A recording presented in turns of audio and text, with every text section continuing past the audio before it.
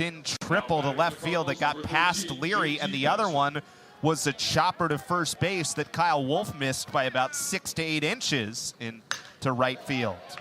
JT Benson goes after the first pitch, and we are off and ready to go here. Game number 2 with the opener in the Thursday-Saturday weekend series here between Boston College and Louisville.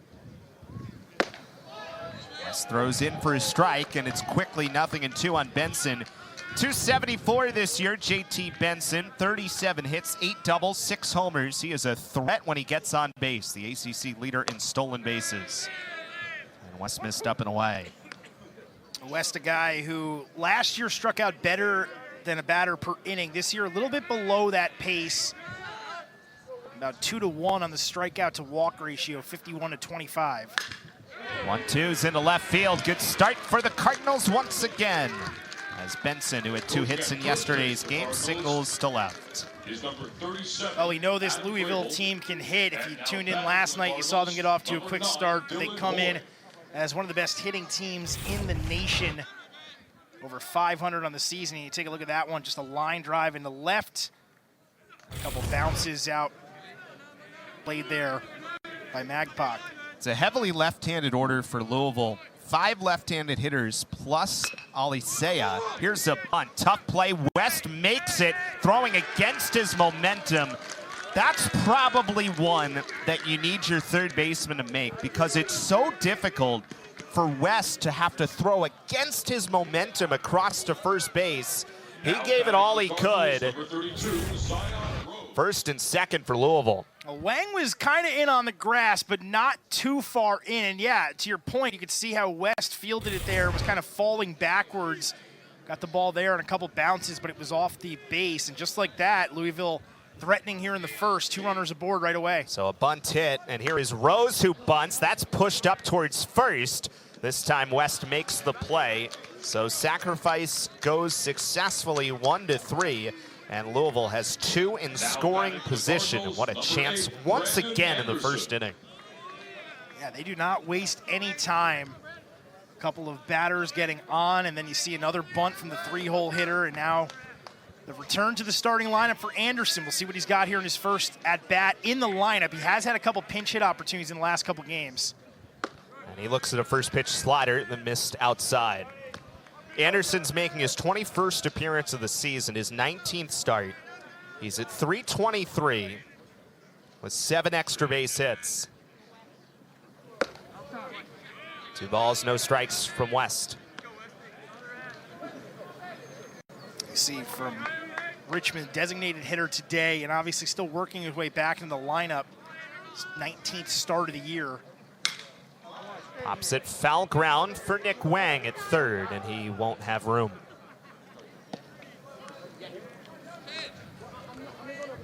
West obviously being the number 2 starter as far as the rotation is concerned, but he's really the guy when it comes to, you need a win, try to settle things down after a big offensive output last night from Louisville. But obviously you look up, you see 2 runners on right away. This would be a big second out of the inning, still working from behind. Off the plate and foul. Anderson, who's played pretty consistently his first couple of years, was the #1 rated shortstop in the state of Kentucky when he was coming out. I have no actual data to support this, but it feels like Louisville keeps as many Kentucky kids home as any school in the ACC. That's a good off-speed pitch from West. And as you said, a massive strikeout for out number 2. Great job to battle back in the at-bat there against Anderson. Falls behind early, but look at this pitch. Just kind of drops off the table, and Anderson swings through it. Massive second out of the inning here. Now all of a sudden you start getting greedy if you're West. After the first 2 got on, you start thinking about getting out of the inning without any damage against. Well, it'd be interesting to see what they do with Keelan here, the shortstop, with first base open. Not that Napleton isn't a good hitter in his own right. He's hitting .320, but you have Keelan here is at .355. Swings to the first pitch, and John West finds his way out of it. First 2 guys. Evan Webster to the mound. Only one left-handed hitter in the order today for Boston College against the lefty. And Webster throws outside. Barry Walsh leads off for Boston College, still working his way back after missing a lot of time due to injury earlier this year. Just his 12th start of the year, 8 for 39 at the plate. Off the end of the bat, foul, 1 ball and 1 strike. After the way last night's game started, getting out of that top of the first inning without any trouble against, it would be awesome for the Eagles' sake to get out to a quick start offensively. Took them 7 innings last night. Good location, but just missed down. 2 balls and 1 strike. That inning, they did all of their damage, so they'd like to maybe string together a few innings of damage here tonight or this afternoon.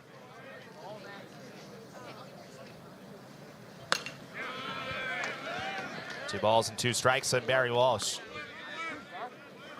Yeah, that inning gives you confidence that it's in there for a team that has been missing its pop at the plate a little bit here, really ever since Patrick Roach went out of the order. Such a key piece who's banged up right now, and that is a good-looking off-speed pitch. So Barry Walsh is down on strikes. 1 away in the first for Leary. Exactly what Evan Webster wants to do to start the day. And Walsh unable to get on this one. You see the drop in it, the break in it. It's a good-looking pitch there from the lefty to start things, and a good-looking strikeout to begin the bottom of the first inning. So now Leary, who takes strike 1. Cam Leary hit his 13th home run of the season yesterday. At 282 on his average. Second all-time Boston College in career home runs. And he takes strike 2. And you've seen him this year try to work counts a bit more. He's the nation's leaders in walks, second in the ACC, and really done a good job to even that out with his strikeouts a bit this year. Overthrew it, down and away, 1 ball and 2 strikes. Leary, who went into a little bit of a slow patch in that series against Virginia, but coming out of it now, hits in each of his last 2 games. And even in that game against Louisville, he only had 1 hit, but he hit the ball hard every time, including having a home run taken away. That is down, 2 balls and 2 strikes. In fact, Leary hit the grand slam yesterday in the 5th inning against Lowell on Tuesday with the bases loaded and no one out. He hit one to the fence. That took a remarkable play by Alex Lucini to save what would have been a grand slam. To the right side for McCoy. It's behind him to Ali Seo, who did a really nice job to follow up behind the play, and a good job covering by Webster to get the out 4-1. It's not every day you see your starting pitcher save an error from one of the infielders there. That would have been a tough short hop to make, but coming in on it, McCoy did not pick it cleanly. There to back it up was Alisea, and Webster coming over to first base. So the tag team of Alisea and Webster bailing out McCoy there. Nick Wang now, Eagles' 3rd baseman, takes outside.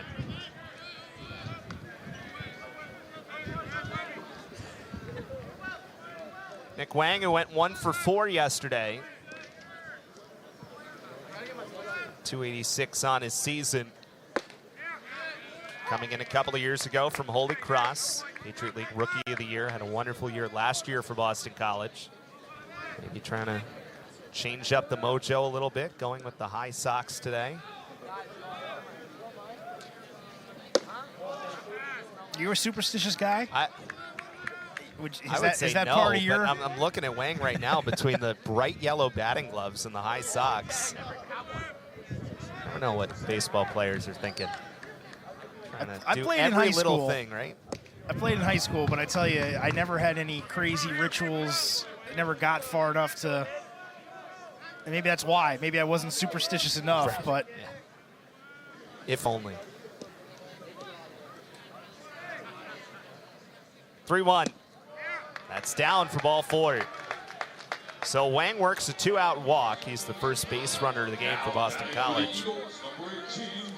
So that'll bring up Wolf with an opportunity with a runner on first base and 2 outs. Great patience in that at-bat from Wang. And he's able to earn himself a walk on 5 pitches, extend the inning, try to pass the baton here if you're the Eagles. See if Wolf can come to the plate and do some damage. The Eagles' best hitter this year, Kyle Wolf, .337. His average in his sophomore season, taking a massive jump. A lot of first pitch strikes from Evan Webster so far. Well, you need guys to take the jump. And some of this, admittedly, is opportunity, right? Coming off the bench last year, playing sparingly versus starting every day. But he has certainly taken the jump so far this year. Yeah, I mean, you said it, opportunity. To right field, long run for Humphrey. In foul ground, he's there. 66th in the ACC. And they have a very good chance to get to some thresholds, which traditionally have been NCAA tournament thresholds. 32, 33 wins, 12, 13, 14 ACC wins. But they have a chance to get there, and their RPI not necessarily match it. And it'll be interesting to see how that plays out as the year goes on. But every game is vitally important for this Cardinals team. Well, you look at a series this weekend against Boston College, and you know, you mentioned the Vanderbilt midweek game, and then going to UNC, which the Tar Heels only have 2 losses at home this year, so that's going to be an incredibly tough task. It's off the end of the bat by Luke Napleton, and Sam McNulty throws on the run. One away in this second inning for Isaac Humphrey. Just, again, it's hard to compare teams. It's not apples to apples, but just of the 2 teams we're looking at, right? Louisville is 66th in the RPI. Boston College is 70th in the RPI. And Louisville has 6 more wins than Boston College. So just to show you, and the RPI really does not match the record this year for the Cardinals. It'll be interesting to see what happens. Their strength of schedule, though, obviously with those difficult games, is going to improve as well, which in turn will improve their RPI. Yeah, and that's why this weekend for both teams, not just Louisville, is massive. Backhand for McNulty. Short throw picked by Wolf, but not in time. Isaac Humphrey beat it. So on the one hand, this is what you teach, right? On turf, if you can't make the throw, you throw it short and let the hop be true for the first baseman. However, maybe just not quite enough on it and allowed Humphrey to reach. Yeah, I think for McNulty there, you know, he played it on the backhand, and it was hit fairly hard, but it almost looked like he didn't put a lot on that throw and just trying to get it over there quicker. I'm not sure he would have had him had he stepped into it either way. However, just what looked like a routine ground ball ends up being a fielder reaching on a single. So Isaac Humphrey's there, and now Ryan McCoy, the first baseman, swings and fouls it off. Every hitter except for Benson at the top of the order is hitting over 320 for the Cardinals in their order. Louisville team that's 7th nationally in average, 5th in hits, and 16th in runs scored this year.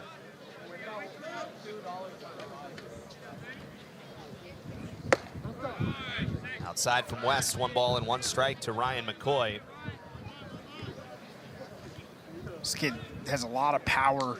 Started at Wabash Valley College, 17 homers in 2 years there, or 17 homers as a sophomore there, I should say, just in 1 year. He's an All-American at the junior college level. More and more guys jumping up from D2 or junior college or community college into, not just in Division I, but into the ACC, and have found ways to have a ton of success. In the era of the transfer portal, it seems like it's become easier for some of these guys who originally go to D2, D3 junior colleges. Runner goes, pitch is swung on and missed, and Landwehr couldn't get the throw off. So Louisville, which has consistently run as much as any team, not only in the ACC, but in the country under Dan McDonnell, another stolen base there. That's Humphrey. 98th as a team this year, 14th in the NCAA coming into tonight's action. Closing on 100 for the year. This will be the 9th time in the last 11 years that Louisville has stolen 100 bases.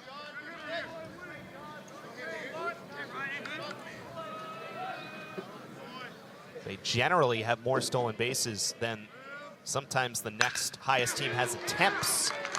That's in a right center field and a base hit for McCoy.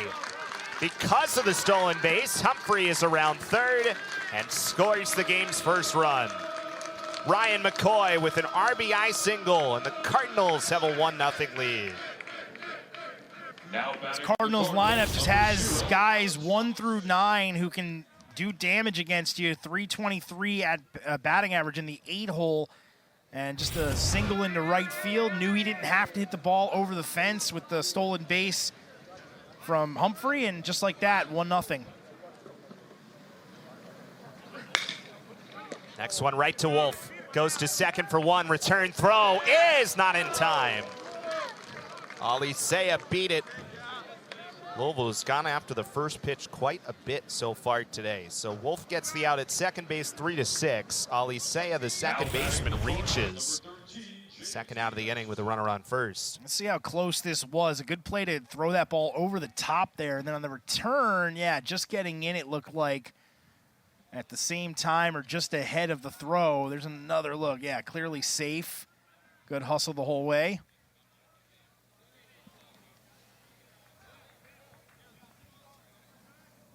Bang, bang for sure, though. Made it closer than I thought they would. That's 2 in this inning, right?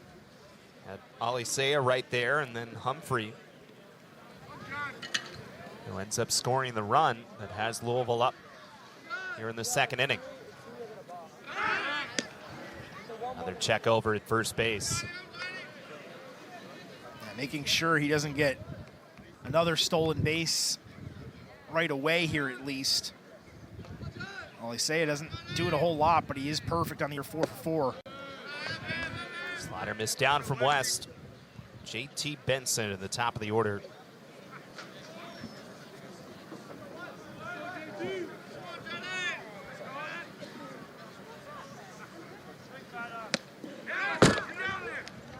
To the backstop, and Alisea will take second base on the wild pitch. Not the stolen base that they got from Humphrey, but it works all the same here. So now all of a sudden, runner in scoring position again. Benson, who had the solid single the first time up in a good hitter's count. See, this one almost tailed all the way in to get him, but avoids him and just goes off the glove of Landwehr.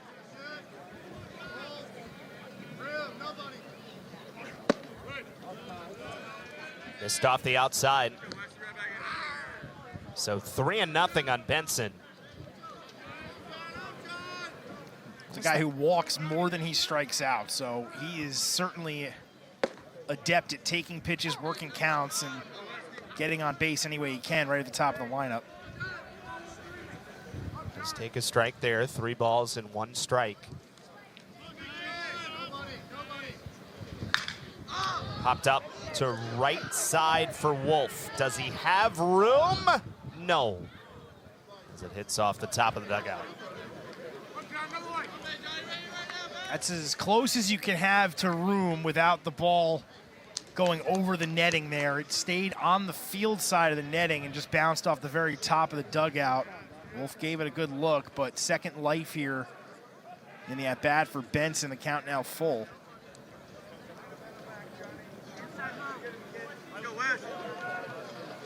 Benson, the ACC leader in stolen bases. Cameron Leary, who's added himself to the conversation, stolen base guys this year. Tough play. McNulty on a backhand, throws it turf, but they got him. So that time, McNulty an even run average in the ACC. The guy on the mound today, though, Evan Webster, 3.59, a guy who they look to help in some of these situations, kind of normalize the pitching of the team. Vince Cimini now takes down 2-0 on Vince. Veteran second baseman, and has started them all this year, all 45 games, along with Leary, Wolf, and McNulty. And 255.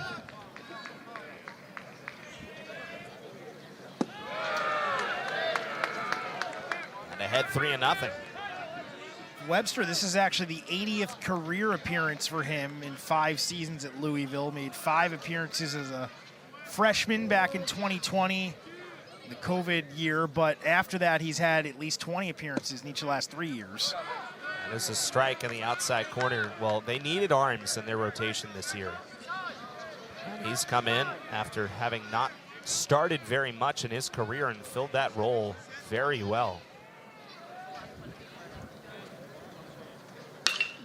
Up the middle, kind of deadened after the first bounce off the turf, and Samini's retired. I thought that had a chance to get through, but well done by Gavin Keelan, the shortstop, to get out number 1. Some sort of optical illusion on this one. I thought the same thing. It just felt like it was hit a lot harder, but then it ends up a 3-bouncer to shortstop, and no problem for Keelan to pick up and throw over.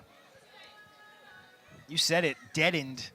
Just a little bit farther down the barrel than you might have wanted if you were Samini. So now here's Landwehr. Eagles catcher takes strike 1. Still had that sound to it, though. That's why I think we were both fooled, because it sounded like it was solidly hit, but off the inside of the barrel. Landwehr up to 280 now. He's been really, really good at the plate. 10 for 18 over his 6-game hitting streak. This is crushed to center, but Zion Rose has plenty of room. Parker Landwehr hit the home run at Fenway Park to give Boston College an early lead a week ago Thursday, 12th annual. Something Todd Interdonato said in his call this week that they're going to remember forever, hitting a home run at Fenway Park. Pretty cool experience. Boston College's annual ALS awareness game, which is taking place at Fenway Park quite a bit in memory of Pete Frates, former player here at Boston College, on the coaching staff as well under Mike Gambino. Adam Magpok now, the switch hitter, continues to find a role for himself in the starting lineup as a freshman. It's a little bit of a rougher patch here. 2 for his last 17 at the plate as he takes a strike in the outside corner. 1 ball and 1 strike for the freshman.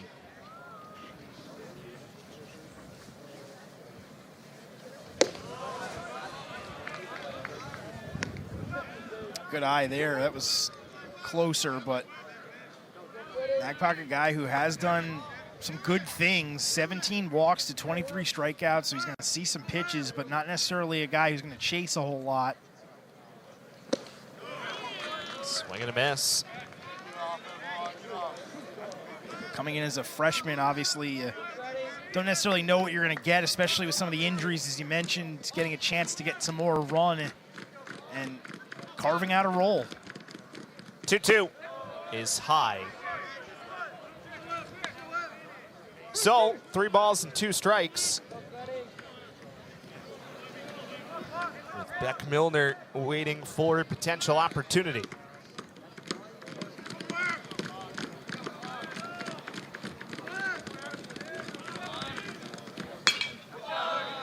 Sprayed a foul off the netting on the right side. At the very least, putting together a good at-bat here for Magpok. Obviously, you're hoping that you can get a mistake here from Webster, make him pay for it, do something with it to get on, but in the same vein, 3-2 count, chance to work your way on if the ball's out.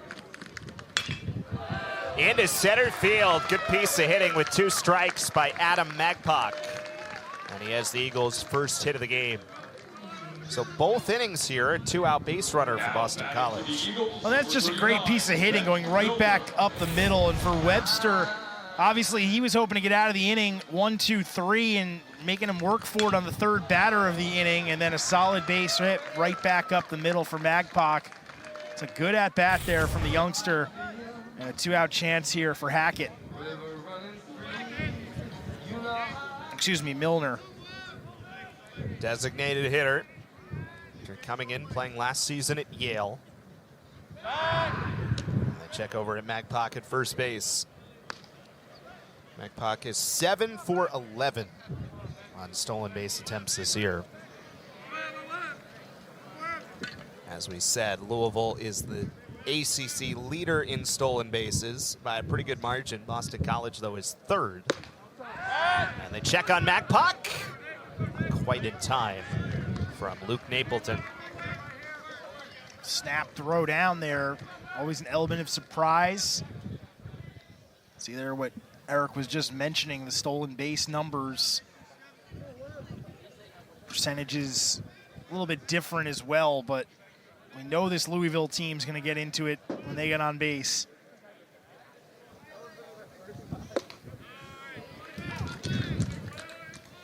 And for a strike to Milner. He's 11 for 41 at the plate this year. Also has pitched for Boston College.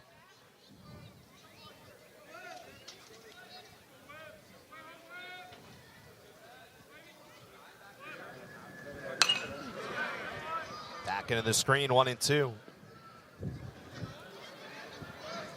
Webster looking over at first base at Magpok there, but right now just trying to focus on Milner with 2 strikes here, see if he can't put him away. See how much room there is on the right side. Second baseman Ali Saya close to the bag, and obviously McCoy holding the runner. And they do check over there. Just got to remind him that you're still thinking of him, even if there is 2 outs and 2 strikes on the batter. You never want the base runner to get too comfortable. Stolen base led directly to a Louisville run in the top of this inning.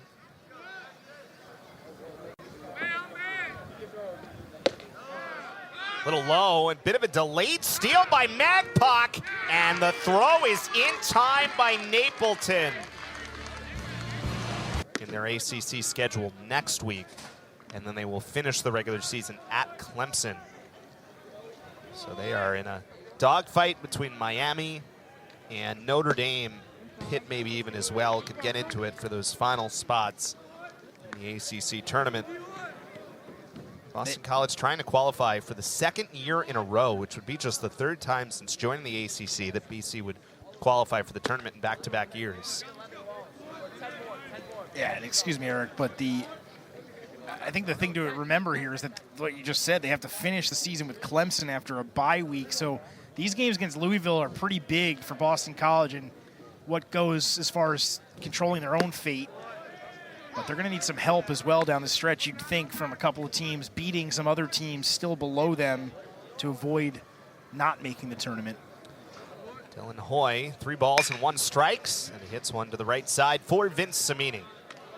To be clear, remember the Irish swept the Eagles a couple of weekends ago in South Bend, so they own the tiebreak should it come down to that. That half game is because of this series starting yesterday, right? Everyone will catch up by the end of this weekend. Zion Rose, sack bunt his last time, and he takes inside. 1 ball and no strikes. Rose, a very talented freshman from Chicago, Illinois. He's had a great first year. Came into the weekend leading all ACC hitters in batting average in conference play. He's hit in 9 games in a row, 470 in that span. That one, though, off the end of the bat. And West flips underhand for out number 2. So 2 outs recorded against the heart of the order, Hoy and Rose, and Brandon Anderson, the designated hitter, will bat. 2 outs, no one on. And remember, the first 2 batters of this game reached base for Louisville. Benson singled, and then Hoy, trying to bunt, got a hit, bunting it up the 3rd base line. Zion Rose laid down a bunt, but then West got Anderson to strike out, and Keelan, the shortstop, to ground out to 2nd to retire the side without a run allowed. And it's in such stark contrast to yesterday's game, right, where Louisville got a bunch of runners on and found a way and scored 5 runs, and all of a sudden the game is in a totally different spot from the jump. West had to feel like this is deja vu in that first inning, the way it started, but he was able to navigate out of the trouble, and then it was the stolen base that kind of came back to haunt him in the 2nd inning, but he could really use an easy inning here. 2 outs on the board, a 1-2 count. Try to put this last batter away, get back into the dugout after just facing 3 batters in the inning, and keep this game 1-0 heading to the bottom of the 3rd. That would be his biggest achievement in this game so far after the 2 innings he's had, facing 5 in each of the 1st and 2nd inning. Heavy shift on against the left-hand hitting Anderson.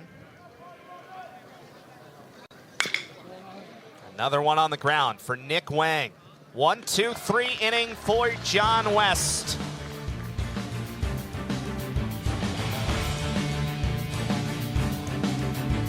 One in the Boston College order, starting with Beck Milner. Milner gets a second life after Magpok was thrown out stealing to end the bottom half the second. The swings at the first pitch, fouls it off. It's an off-speed pitch from Evan Webster. Webster has been especially good away from home this year. Now just 3 earned runs in 23 innings in road starts this season. And he throws strike 2. It's interesting because they have played so many home games that a guy can get so comfortable on the road, but obviously it gets your trust level up that much more. Swing and a miss. Upstairs, Milner waves through it. And a second strikeout for Evan Webster. Well, this weekend kicked off a 7-game road trip for Louisville, which will include this, Vanderbilt, and North Carolina. And as you said, they just have not had that many road games, and it's one of the reasons, in all likelihood, that their RPI is maybe a little bit farther down than you might expect from where their record is at this point of the year. It's just their 12th road game of the season, 14th if you count a couple neutral site games they played this year, but a far majority, 32 of their games have come at home this year. Everything is taken into account when it comes to the RPI. McNulty whacks one center field. Oh boy, a bobble in center by Rose. He does manage to knock it down though. I don't know how he managed to do that, considering the stumble, which allowed the ball to drop in. So McNulty has a hit, but it's only one base, as Rose did a pretty good job to find this ball. It's almost as if Rose got off to a quick enough jump on this that he stumbled over his own feet, and then you could see him trying to make up for it there, and he did knock it down. Yeah. He knew he got a piece of it because he felt his glove and then looked down at it. You could see that, how he reached up there as he was falling to the ground. It's, all things considered, a great job to keep it in front of him. But and we've seen it. When it bounces on the turf like that, that ball's gone if he doesn't knock that down. So that's a really, whether it was heads up or luck, I mean, however you want to say it, that's a really important moment, perhaps, to keep McNulty at first. And now Walsh, who shows bunt, and he takes outside, 1 ball and no strikes. I think a word you can use is aware, because he just kind of stuck his arm up hoping it would stop it, and did in some way knock it down.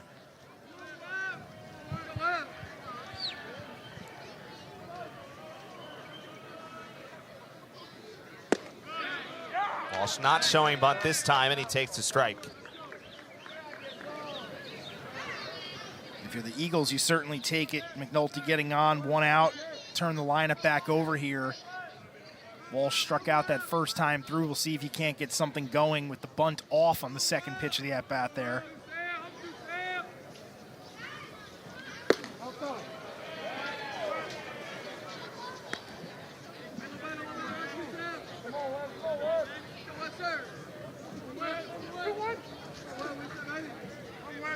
Two balls and 1 strike, and the Eagles' leadoff hitter.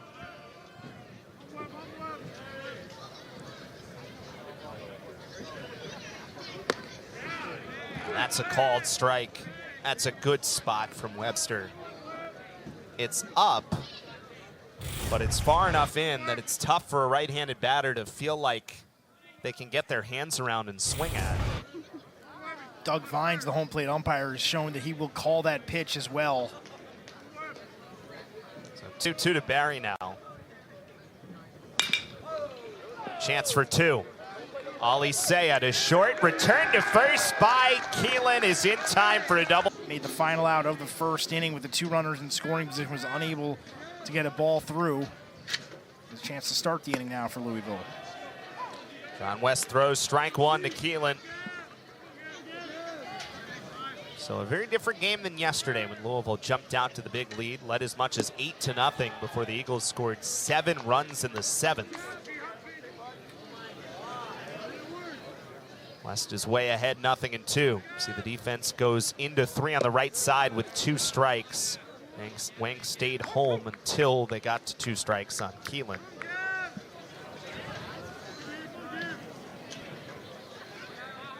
One, 2. Slider missed down, 2 balls and 2 strikes. West working ahead, obviously can try to spoil a couple pitches, get Keelan to chase. Well, he tried a couple, and he's gone from 0-2 to 3-2. That's what you don't want to see happen, though, is suddenly you find yourself working from behind after starting 0-2. Nick Wang, who's the third baseman, playing over by short. His throw pulled Kyle Wolf off the base. So that's a throw that as a third baseman you don't normally have to make, shifting that far, and then your momentum is sort of, it's taking you towards first, but you also are trying to turn your body in a way as well. And you could kind of see his momentum is what pulled that throw wide of first base. And look, these guys all, I'm sure, have played shortstop at some point in their life, but you could see Wang right there. Kind of the way he was sidestepping to get to that ball was a little bit not as smooth as maybe a middle infielder would have now. And then your point was on point there as he kind of had to turn his weight and get the throw behind him, and that caused the throw to go up the line a little bit towards right field. Good job just to catch that ball by Wolf, but obviously the error on the front end of that allows the runner to reach. So they check over on Keelan, who is 1 for 4 in stolen base attempts on the year. The Eagles overall, one of the best defensive teams in the nation. Not a team that makes very many errors, just the 32nd as a team this year. Slider up and in, 1 ball and no strikes. Luke Mapleton, the catcher, grounded to short his first time. Another play at short. McNulty dives, can't get it. First and second, and no one out for Louisville to start the 4th inning.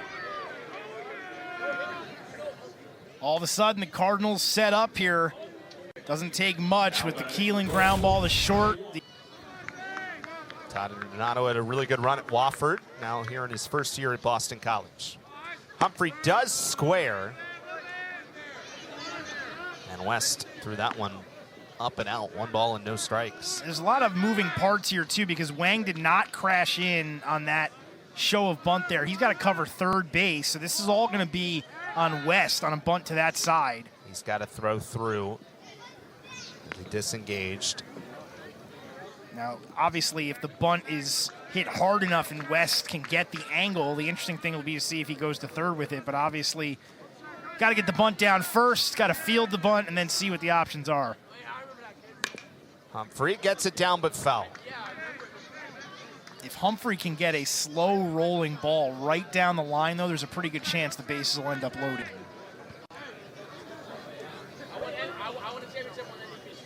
Yeah, obviously, if you're Boston College, you want him bunting towards first. Humphrey's going to try everything in his power to bunt towards third. That was up and in. It's right back to West, and time called, in fact. And they're going to say that the ball hit the mask of Humphrey. So it's a foul ball is what the call is.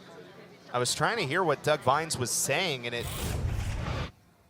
sounded like, yeah, well, the bat certainly hit the mask. Yeah. Well, here's my initial reaction is that both things can't be true. It can't have hit the mask and been a foul ball. I wonder if that one, I think Doug Vines thought that the ball hit the mask, and thus that would make it a foul ball because he hit himself in the box. But just as you said, that was it 1-1 before that pitch, though? So I guess it is still going to stay as a foul. Oh, interesting. Okay. Well, the 1-2 is foul. Well, if it's a foul ball, then I'm not sure what Boston College was arguing there, because. Well, either way, he could have been arguing 1 ball and 2 strikes. Could have been arguing, hey, the ball was coming right back to my pitcher. We were going to get out. Now he has a chance to swing the bat again. So 1-2, swing and a miss. So ball don't lie, as they say, I guess. I'm not even sure which way that goes in this spot, but It's a strikeout for John West, his second, and Yeah. there's one away. Doesn't matter to West. He'll just come right back in a good moving pitch downward there to get the swing and the miss. And big first out of the inning. Obviously, McCoy coming up, had the RBI single the first time. Still a dangerous spot. First and second and one out, and McCoy swings through a slider for strike one. I think he was just guessing he was going to get a first pitch fastball there and ends up having to try to follow the pitch, but really had no chance on that swing.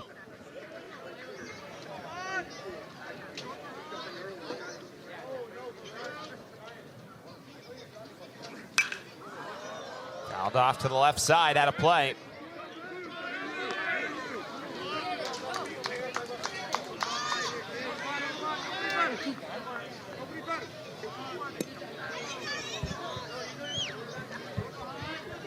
So another big spot for West. And he spins and throws through to second. Keelan was leaning a little bit. He's ahead 0-2 here is West once again, and obviously a massive second out if you can get it. See what he tries to bury McCoy with. Swing and a miss. Went down and away. Might have even been the cutter. Back-to-back strikeouts and two big ones from John West. Just another good pitch. Seems to be locating pretty much where he wants to be, and back-to-back strikeouts, numbers 2 and 3 for the afternoon. And yeah, you had the error that started the inning and then a solid base hit, but a really nice bounce back for West over the last two hitters. Landwehr couldn't quite find it. It was underneath him. That's one ball and no strikes. Alisea reached on a fielder's choice his first time.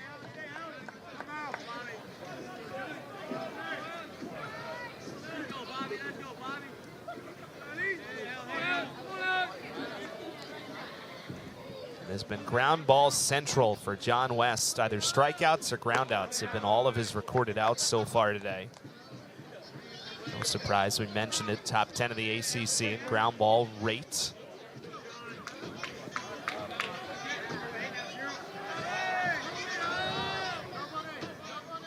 (2-0). Too far out. This is the guy in the lineup you really don't want to put on with a free pass. The 9-hole hitter, turn the lineup over with the bases loaded.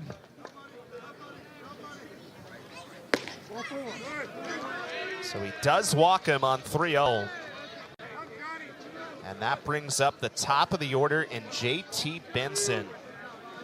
Now batting for the Cardinals, number 13, J.T. Benson. Benson started this afternoon with a solid single to left, eventually stranded at third base. Louisville started with back-to-back hits. See if he can't pick up another one here, drive in some runs. First one missed up and in. So Keelan, Napleton, and Alisea are the base runners for the Cardinals in a game that is still only 1-0. But West has lost the strike zone all of a sudden. That is 6 in a row that have missed the zone for John West. Yeah, right on the back of 2 strikeouts in a row as well. A little interesting to see him lose command at the exact point he did. Swing and a miss. Interesting. Benson goes after a 2-0 pitch, just as we said, as we talked about, after 6 in a row out of the zone. Yeah, if I were him, I would have probably taken until I saw a strike. Now 2-1, still a good hitter's count. To the left side, McNulty gets there. His only play is to third, and he makes it! Excellent play by McNulty. And Louisville strands the bases. Work to do. Camp Leary swings to the first pitch as we start the bottom of the 4th inning. And 1 away as Alisea goes out to get it. It's interesting, this time of year, when you talk about teams on the bubble and things they need to do, not even teams on the bubble, teams in the conversation. And teams have different things they have to do. Louisville just has to win because their RPI, as we've talked about, is just not in a position to get them in, so they really cannot afford any loss at this point, as crazy as that sounds. Yeah, and we talked about the tough series, you know, going to UNC, a team that's only lost 2 games all year at home, and now you got to try to go down there and win a series if you can at the very least. And I mean, that's after a midweek battle with an SEC opponent in Vanderbilt, and then you do finish up the season with 4 at home, but you got to do some work between now and then. Lang hits it on the ground is short. Quickly 2 away for Evan Webster in this 4th inning. That is the one benefit, that if by some chance, if you're Louisville, if you could go down, get a win off Vanderbilt on the road, get even a series win off North Carolina, because those are road games against very good teams, your RPI is just going to spike. So there is that benefit of the way the schedule is, as challenging as that schedule is for the Cardinals. Much easier said than done, obviously, and we talked about earlier, this is their 12th road game of the year out of the 46 now that they've played total games. Kyle Wolf takes a strike. 0-1 the count. Webster really settling in, has quietly faced just 1 over the minimum here after dealing with a base runner in the 2nd. That was erased on a caught stealing, dealing with a base runner last inning. They got the 4-6-3 double play, so really only 1 over the minimum. It was Wang that walked back in the 1st inning with 2 outs, ended up being stranded aboard, but that's it. I think BC called timeout here. Yeah, it's Tyler Donato's talking with Kyle Wolf. I wonder if they're sort of looking at the shift that Louisville's putting on, or maybe just chat, saying hello. Figuring out what they might, how life is. Might want to order for dinner later. It is the optics of the hitter going down to talk with the coach down the 3rd baseline are just funny, because they are just kind of looking out at the field rather than a mound visit where everybody's kind of looking at them. Wolf to the right side. McCoy gives it a look, not enough room. Some excited youngsters over there in that field battling out for that foul ball. It's great to see the youngsters running around. It's finally starting to feel like spring. Yeah.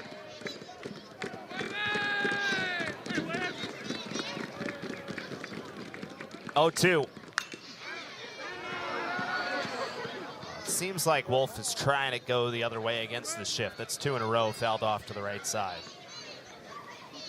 And to your point, you wonder if that was the conversation with Todd and Donato, if just saying, hey, you know, try to do something the opposite side of the field here. They're giving you the room, but Louisville playing him a little bit more straight up now.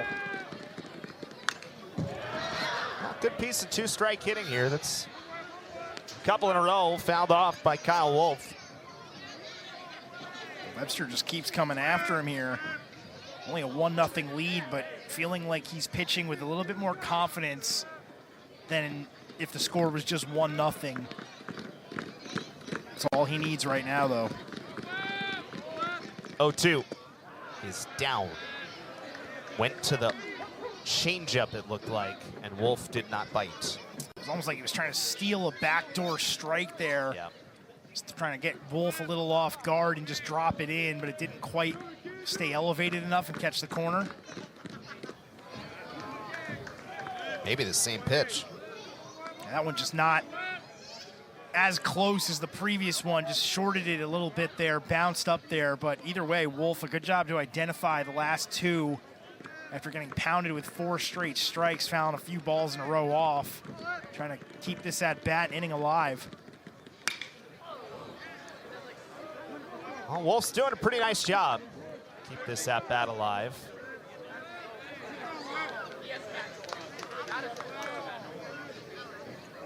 Webster up over 50 pitches now. He's thrown the majority of them for strikes. Only the 1 walk against, but as I said, he's only faced 1 over the minimum to this point.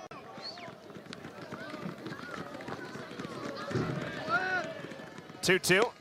Oh boy, that sounded like it hurt Wolf. Well, let's hope he is okay. A guy we know takes a ton of these and seems to just bounce back from all of them, but that was a loud thud, and it's because oh, wow, it hit actually got the shin guard. Yeah, Yeah. you're right. Okay. It sounded I like was afraid it was the kneecap. But Right. Yeah, that's the shin guard. it was so loud. It sounded Yeah. like it hit the catcher's gear or something else other than a body part. So to get the shin guard there, all things considered, you'll take it if you're Wolf. 19th time he's been hit by a pitch this year, which It's first leads in the ACC, yeah, amongst the nation's leaders as well. Guy who's not is used to getting hit, I should say.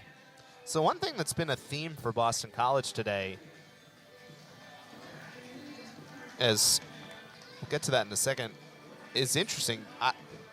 Obviously, it hit the shin guard. We saw it, but Wolf immediately called the trainer over. So perhaps it got sort of half shin guard, half body, or it was something there that he wanted to make sure and check that was okay. It looks like he's going to stay in.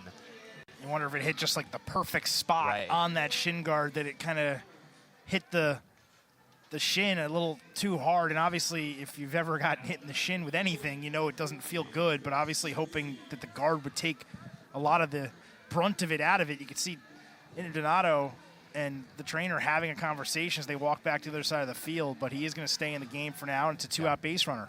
And that's what I was going to say. So Boston College has had a base runner in every inning, but 3 of those 4 base runners have been on with 2 outs. So Samini now. And he takes what is a strike today. 0-1 on Vince Samini. Grounded out to short his first time up.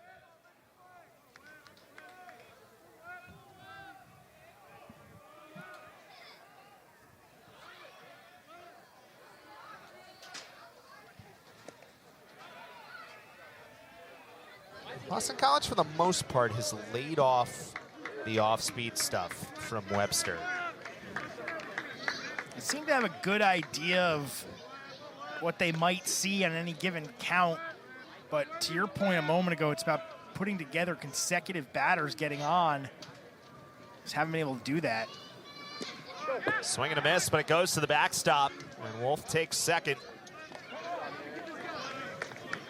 First runner in scoring position today for BC off the wild pitch. Just as we were talking about them laying off stuff, that one swung on a ball that's in the dirt and gets by Napleton, but he's able to get to it quickly. Obviously, it was going to be an easy move up for Wolf, but now a base hit could tie the game with a runner in scoring position and 2 outs.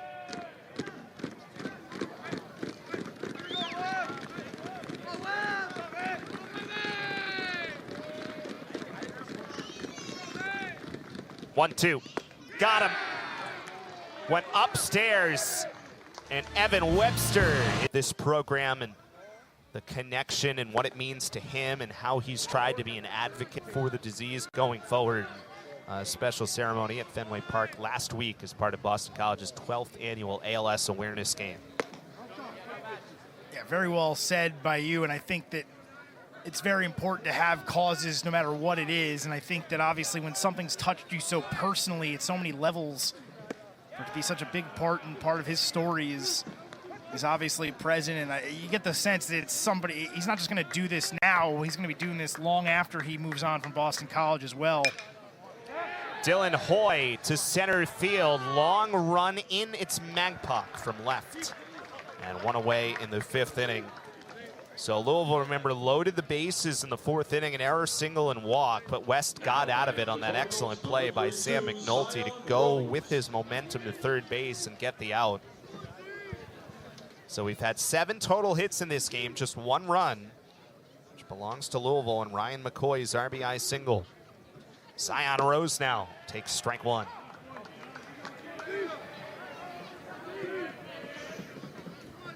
Saw West throw 111 pitches in his last outing against Virginia, so he is far from close to done. You talked about the length that he's given this Boston College team throughout the course of his last couple of seasons, especially this year. All sliders there, and Rose hits it to the left side. Long throw, McNulty, and it's picked by Wolf.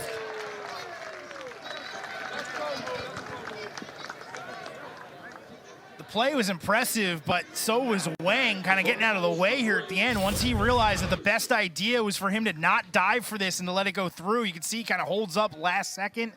And then McNulty from deep in the hole with a short hop there, and the back end, it's picked out. 2 quick outs. And there is strike one to Brandon Anderson. Just 1 run allowed for West. Nothing on the other side for Evan Webster. He's done enough of sprinkling those hits, even with 4 of them being consecutive hits in 2 different pairs of hits is what I'm trying to say. But he's done a good job of just kind of sprinkle them out. And even though he does have the 1 run against, it came after Isaac Humphrey stole second base, and then there was another single. So he's done a good job to limit the damage. He's gotten out of key spots, like you said. It's not that Louisville hasn't had kind of a rally here or there, but Cardinals are just 1 for 7 with runners in scoring position. 3-1. And Anderson grounds it foul, so 3 balls and 2 strikes. And West did have a 1-2-3 inning in this exact same spot in the order in the 3rd inning. He got Hoy to ground out, Rose to ground out, Anderson to ground out. He would love to do the same thing to the 2, 3, 4 spots again. Missed with the slider inside. It hit him officially. Wouldn't have mattered. Would have been ball 4. But Anderson reaches on a hit by pitch. So a 2-out base runner for the Cardinals. And it brings up Gavin Keelan. I don't think Anderson was the only one that got hit by this pitch. You see it kind of deflects off of the knee and then right into a tough spot for Landwehr, who's going to be feeling that one for a few moments. So now Keelan swings the first pitch. Samini is there. West out of it again. Another very impressive outing for John West. Time, and obviously the Eagles would love to take a lead here midway through this game and try to turn one in their favor. Parker Landwehr hit it hard to center field his first time, but flied out. Then he takes up in the way. Landwehr, Magpok, and Milner against Evan Webster. And Boston College has had some base runners. They have had a base runner in every inning.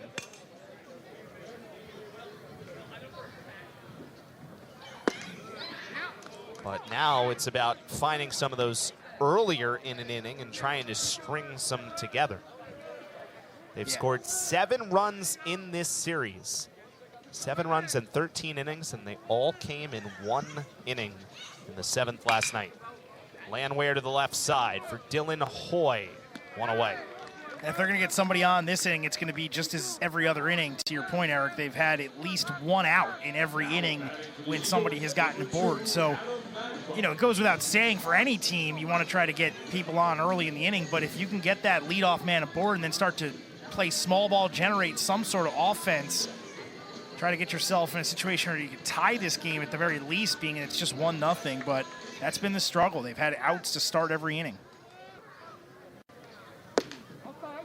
Magpok takes down and away. Adam Magpok singled his last time with 2 outs in the 2nd inning and was caught stealing. 1-0 Louisville leads as we play here in the bottom of the 5th inning from Brighton. On a beautiful Friday, as Magpok was out in front of a changeup.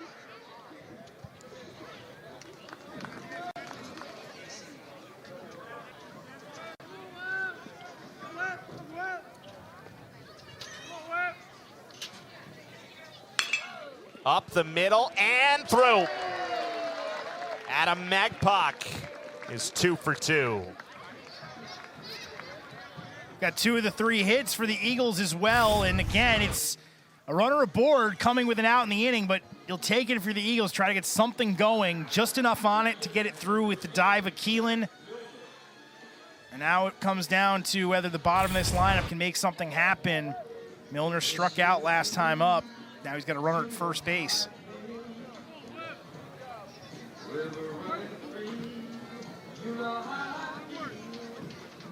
So Beck Milner struck out his first time.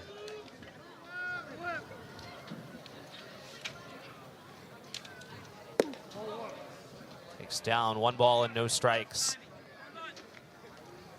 We've seen BC bunt in these spots this year, but you know, when we talk about small ball and the idea of how much this Boston College team bunts, Todd Interdonato doesn't think of it necessarily as small ball. He thinks of it as letting the game come to you and taking advantage of the situations.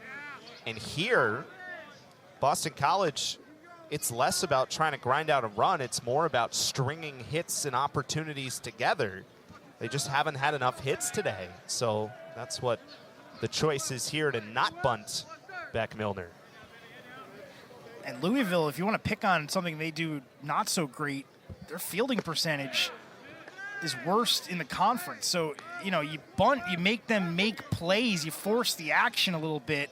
Obviously, it doesn't look like they plan on doing it here with a 1-2 count now on Milner, and he was swinging all the way there. But, yeah, it's about as much making the other team work for their outs as anything else.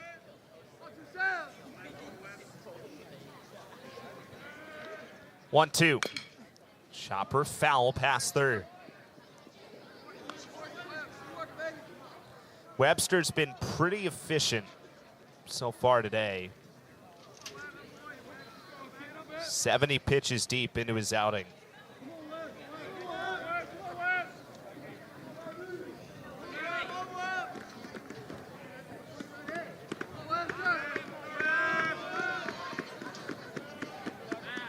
Check over there. Just keeping him honest, Magpok, after he did try to steal the first time through. Maybe a little bit of a delayed steal. Also looked like Napleton was trying to frame the pitch before he threw down. Still got him. Another check. Saw the quick move and the more of the Pettit-like move. It's always interesting to see what a lefty's got and if he shows you his good move right away or if he saves it. Milner hits it hard to left center. Rose on the run, he tracks it down. Zion Rose got a good jump. And Magpok forced to retreat to first base. So Milner hit it hard, but 2 away in this 5th inning. Off the crack of the bat, I thought he was going to get this one down, but Rose covers a lot of ground out there in center field. Got a good jump, as you said, right away, off with it. You can see Magpok going a good ways to second base. Probably wouldn't have had a chance to tag up with the ball being so far in front of him anyway, but that ball was almost to the warning track. Hit very solidly, and Rose got there no problem. So now Sam McNulty, who has a hit in the game today.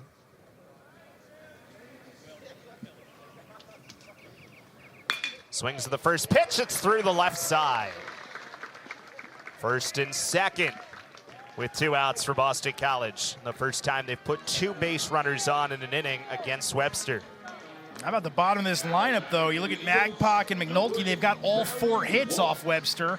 You see the breakdown there on your screen, 72 pitches so far, 44 of them have been strikes, but yeah, all 4 hits coming from those 2 at the bottom of the lineup, so lineup will turn over to Walsh. Different game on the scoreboard than that Thursday game that we've been showing you at Fenway Park, but similar in the fact that that was also the bottom of the order that was producing for Boston College. In that game, their 5 through 9 hitters were 9 for 18. The top 4 did not have a hit.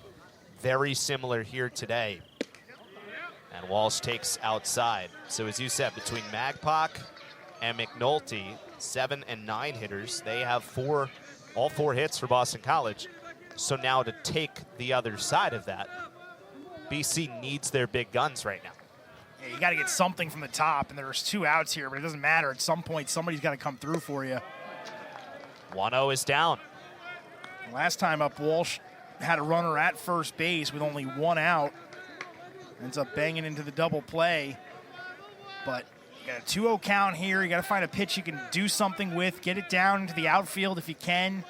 2 outs, runner at second. Probably comes across the score.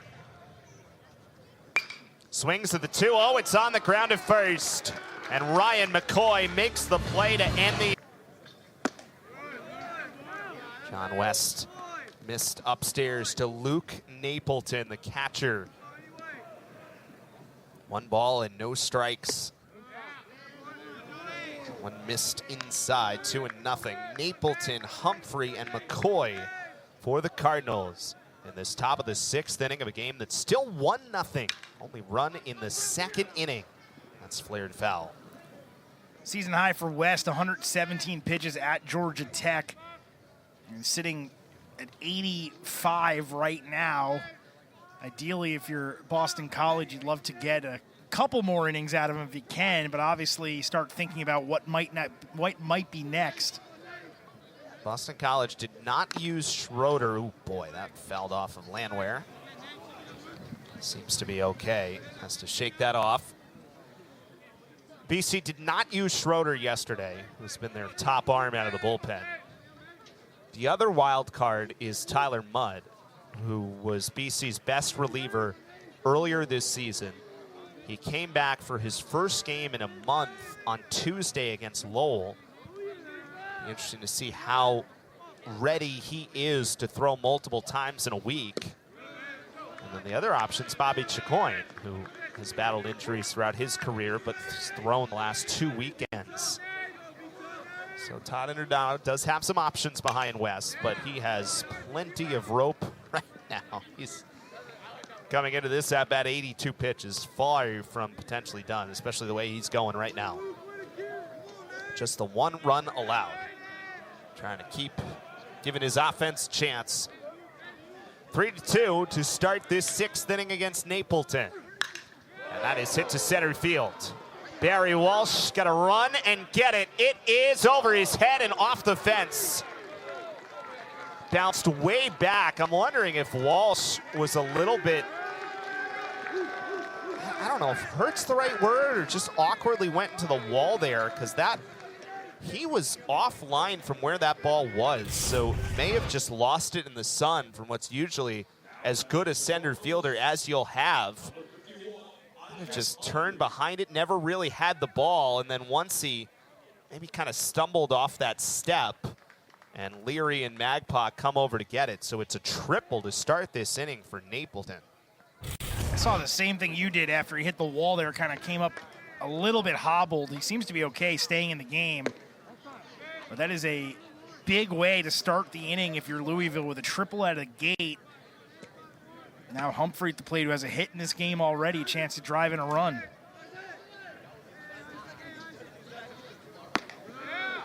Outside, 2 balls and no strikes. Infield's about halfway in here with the runner at third base trying to cut off that potential second run for Louisville. That's hit to center. That'll be deep enough, and it might be over Walsh's head. He makes a diving catch. What a play by Walsh. Or did he catch it? No, he didn't. Oh my, I apologize. Walsh did not end up making that play. He made the initial effort, but that ball came out. That's another one that he slightly misjudged in the outfield.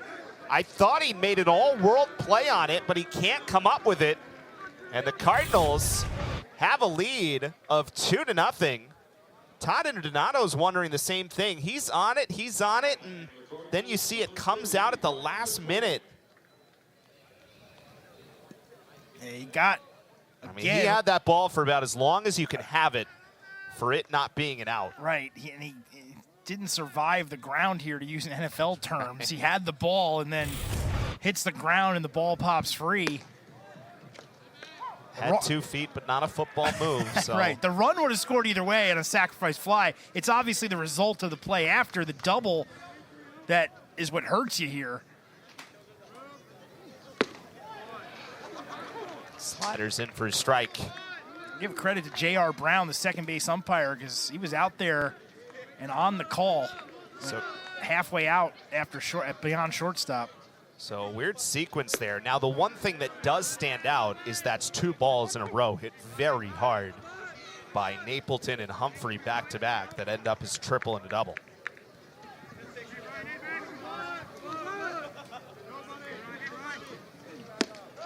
Upstairs, and it swung on and missed. So West gets his 4th strikeout as Ryan McCoy is down. And there's one away in the 6th inning. It's a good bounce back there from West after 2 balls hit hard straightaway center field. Come back, get McCoy. Second time he struck him out. See a little action down there in the BC pen. It's Michael Farinelli. He wears number 40 in these maroon uniforms, normally 49, so he's the one throwing. Another one, too, we didn't mention. Farinelli, who's had been starting, whether that was Sunday for a while and then Friday. It's kind of been a Swiss Army knife in terms of the pitchers for Todd Interdonato, any role coming in. Alisea to right field for Cam Leary, who has out number 2. So after 2 hard hit balls in a row, a strikeout and a pop out. And there's 2 away for the top of the order in JT Benson. Well, you'd love to just keep it to the 2 runs here after the way it started. Kind of reminiscent of how the first inning started, and you were able to get out with no runs against. Give up a triple and a double to start the inning, and you feel like, okay, Louisville might play a few this inning, but if he can hold it to 1 here West, that would be humongous for BC. Eagles give a chance to come back to the plate. It's inside, 1 ball and no strikes. Again, what you just said is exactly right, but you say it based on the game. Again, this is West holding one of the best offenses in the country, a 2nd week in a row to 3 runs or less. He certainly gives you a chance to win. You take that 100 times out of 100. Now it's just about finding enough offense from BC's main guys. And those main guys, by the way, will be up in the 6th inning. Leary, Wang, and Wolf due up. It's Devin Webster, now down by 2. West trying to keep it that way. Slider, McNulty's got another tough play. Can he make it on the run? Not in time. Just no chance to get the speedy Benson, the ACC leader in stolen bases. So 3rd hit of the inning's an infield hit. 1st and 3rd now with 2 outs for Dylan Hoy. So many of these ground balls that Louisville has hit have been in tough positions for these BC fielders, and specifically a few at shortstop there. McNulty's had a few on the run that he's tried to make plays on, and as you said, no chance to get Benson, just too speedy. Now you deal with Hoy here, runners on the corners, and a walk out to the mound. Todd Interdonato will come. Say the same thing. See. 1st and 3rd and 2 outs for Hoy. It's a good thing he didn't go the first time he saw a move. Totally fair point.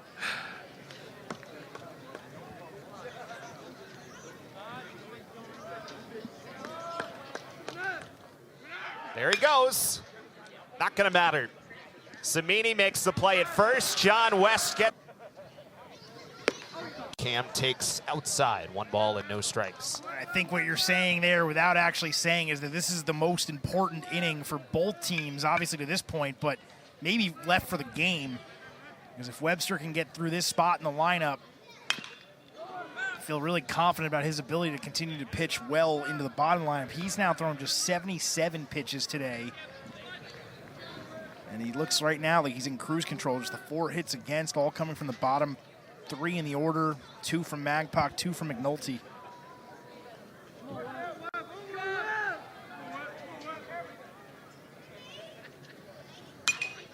There he fouls it off. Remember last night, the score was obviously much different. It was 8-0. It wasn't 2-0. But Gongora throwing his 3rd time through the order in the 7th inning, and the Eagles got him for 7 runs. The Leary home run ended up coming off the bullpen, but they started to get to him. But here, Leary strikes out, and a good start for Webster. 4th strikeout and 1 away in the 6th inning. Well, when you look at Louisville this season as a team, they do not have a single shutout on the year. So to that point, teams usually are able to get on the board against them. And obviously to this point, it's been 5 1/3 now of shutout pitching from Webster. So, you know, this Eagles lineup can hit, but today it's been all kind of contained to one area. The big batters have not gotten the big hit yet. Guang swings through, strike 1.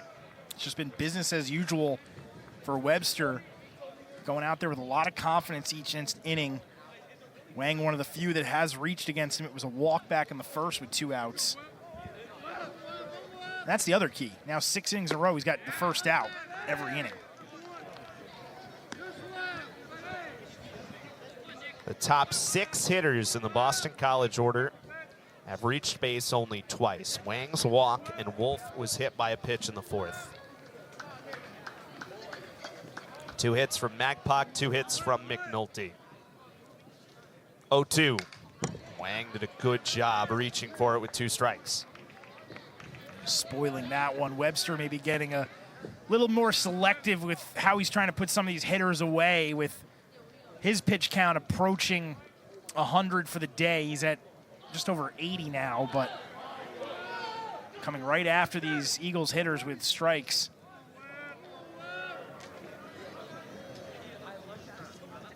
Oh, 2. Wang fouls it off to the right side.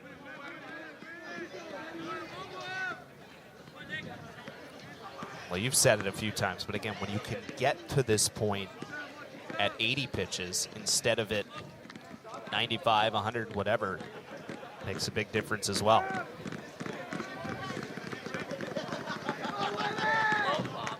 Oh, 2. Down and out.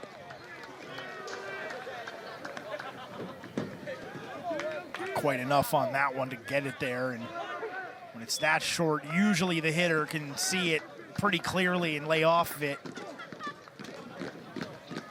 1-2. Swing and a miss. Went to a changeup, and he's got back-to-back strikeouts.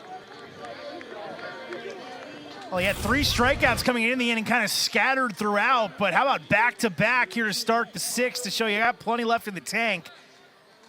And just a little bit of swagger in the walk off the mound as well, gets Wang. And now we'll try to deal with Wolf to end this inning and keep it 2-0 heading into the final 3 innings.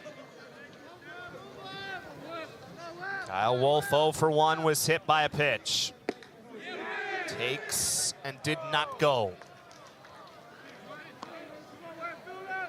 Good to see he was able to stay in the game after being hit. And what we heard and saw was the shin guard, but obviously the concern was when he still called the trainer out and his walk down to first. The Eagles had done a decent job laying off the off-speed pitches early, but now Webster's getting swings and misses on him. And he seemed to change his sequencing as the game's gone on, especially now the 3rd time through, trying not to be predictable. That's in. And it's 1 ball and 2 strikes. I mean, I'm no pitching expert, but from what I've seen, it seems like at times the Eagles hitters have been looking for something other than what's coming. He's kept him off balance. 1-2 is up and out. That time he went to the fastball, but it was too far out. Classic chase pitch. See if you go back inside now on 2-2. Wolf grounds it foul. Wolf's done a pretty good job with 2 strikes today. Fouling off pitches. I think we've seen a lot of Eagles hitters extend at bats, do a good job spoiling 2-strike pitches, but the problem is they just don't have anything to show for it necessarily. 2-2, struck him out. Well, how's that for your high leverage? Might have spelled the end for John West, but he is back out there to start the 7th. First pitch to Sam McNulty, 1 pitch, 1 out. As he has held Zion Rose to 0 for 3 with the sac bunt today. That'll help your longevity there. 1 pitch, 1 out to start the inning, obviously, and your point, Rose has had nothing going today. You saw that scoring summary we showed you a moment ago with no hits for the top 7 batters in the BC lineup.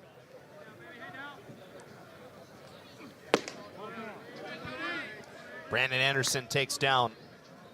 So 104 pitches thrown for John West. Set a season high of 117 at Georgia Tech. That is rolled over to the right side. Well, it only took him 3 pitches to get 2 outs to start this 7th inning. And almost everything has been on the ground. Only 2 outs in this game have been flyouts against West. Now, obviously, some of the hits were hit hard to center field, especially in that 6th inning. Keelan now takes outside.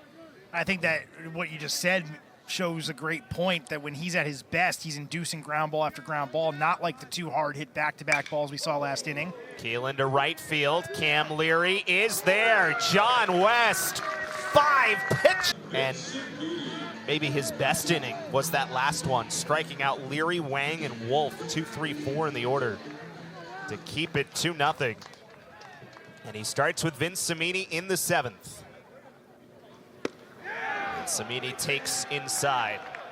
See if this is the magic spot for Boston College. It was yesterday with their 7-run 7th inning when they were down 8-0 to get within 1. For Louisville scored 4 immediately after that in the top of the 8th. That 12-7 final score. Very different game here today.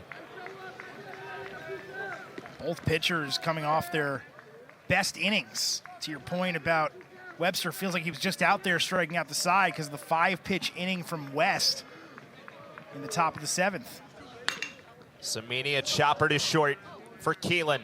1 away.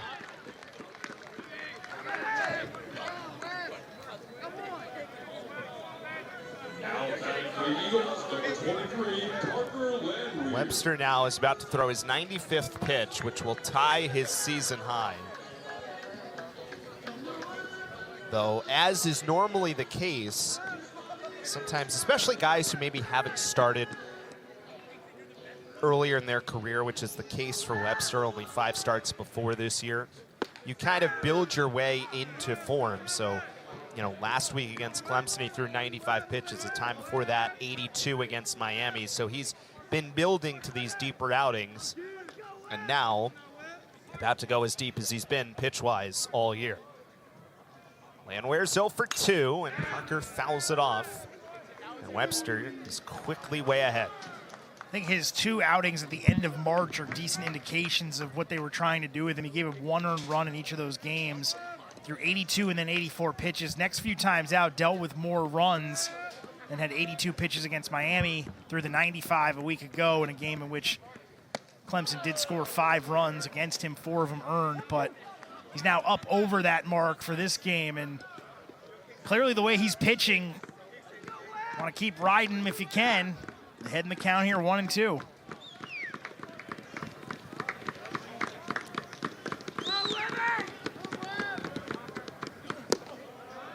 Missed down, 2 balls and 2 strikes. Well, there is Tyler Mudd. There's your answer to the question. Turned on Tuesday.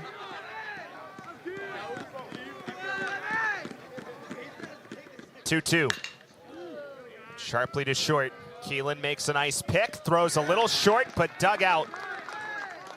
And 2 away to start this 7th inning.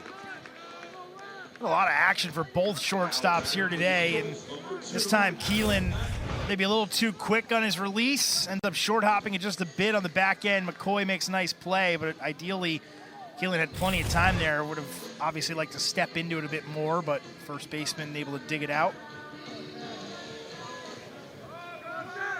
Magpok 2 for 2 today. Magpok and McNulty have all 4 Boston College hits. And Webster is way ahead for strike 1.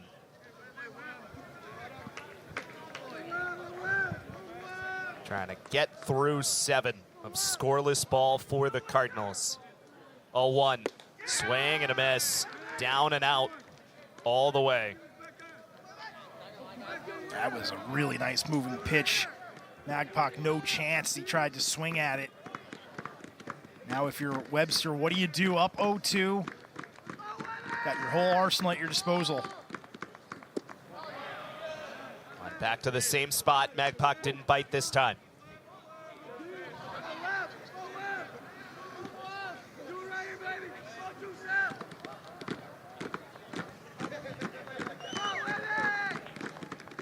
One, 2. Back with a fastball inside that time. It's a tough pitch to lay off if you're Magpok. See it coming out over the plate, especially from the lefty. But bit just a little too much in towards him, and he lays off to even the count up. 2-2. Off the end of the bat to center. Moore started back, now comes in. and makes the catch. Another 1-2. Against him, 3 of them came in the 6th, and 2 right out of the gate to start the game, but what a great performance. And now it's Tyler Mudd, who, as we talked about, was the Eagles' best relievers early this year. And was injured, was out for about a month of time. Came back Tuesday against Lowell for his first outing since March 22nd, and threw an inning where he did allow a run. Looked good, though, late in the outing, and now he is right back into the fire. This is on the ground to short for McNulty. You said it, both shortstops active today. Getting their work in for sure.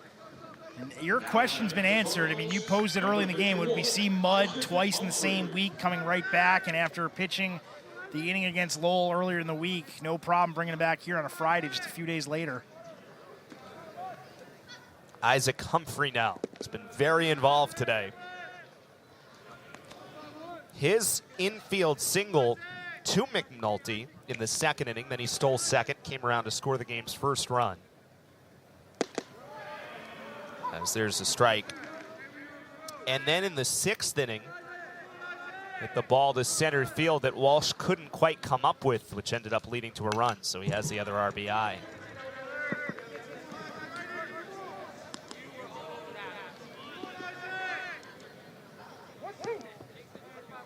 If you're Mudd, all you're thinking about is keeping this game right where it is. 1-2, hit high and deep to right field. Humphrey tees off. 8th home run of the season for Isaac Humphrey. And Louisville extends the lead to 3-0. One swing of the bat, just like that. Another run on the board. Humphrey hit this ball very far over the right field fence. Look at the swing. Nice compact, gets right to it. Not a big follow through on it.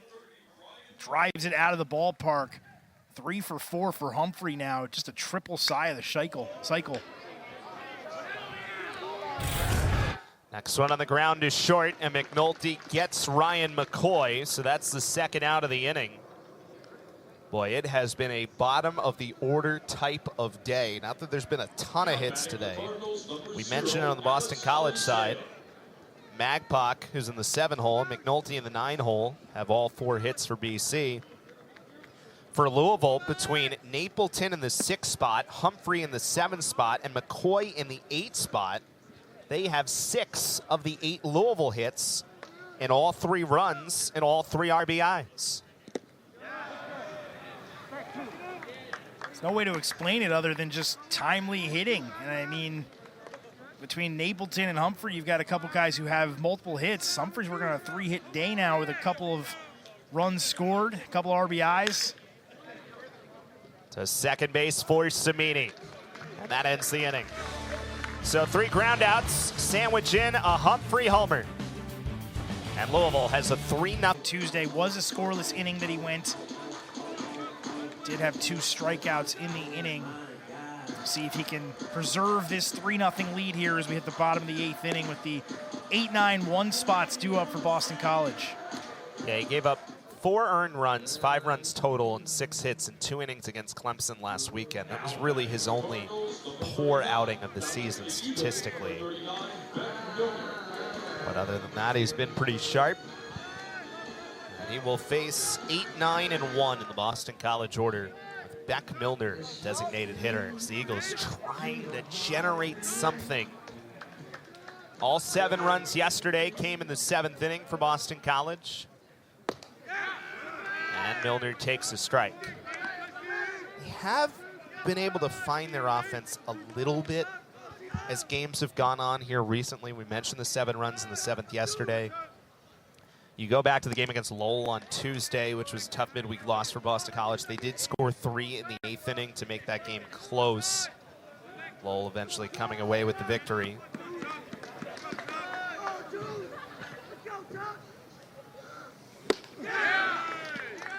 Miles an hour, swung on and missed. Really good downward movement on that pitch there. Milner trying to figure out what to do with it. Suddenly he finds himself behind in the count.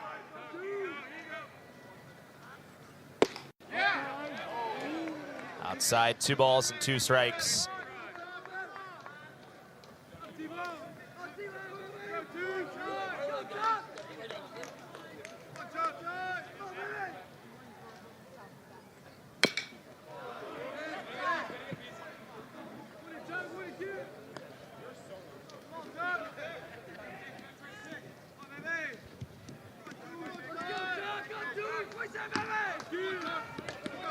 Milner trying to find something for the Eagles here in the 8th.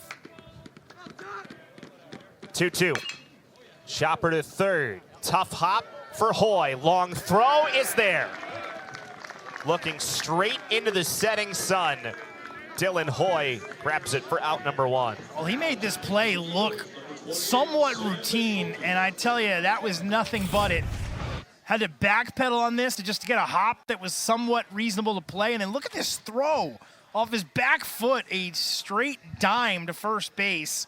Another great look at it here. The back pedal, the gather, and enough on it. McNulty swings to the first pitch, fouls it off. So Sam is 2 for 2 today.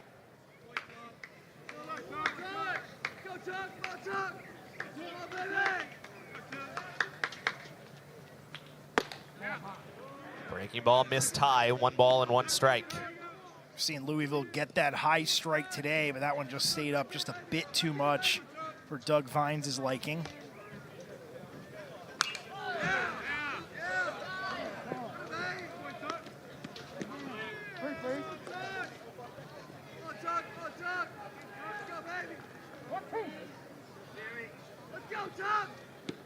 One ball and 2 strikes.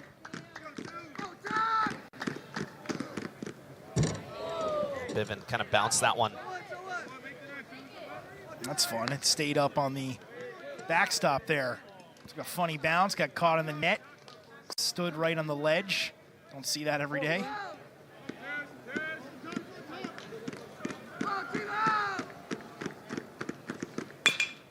Chopper and through again.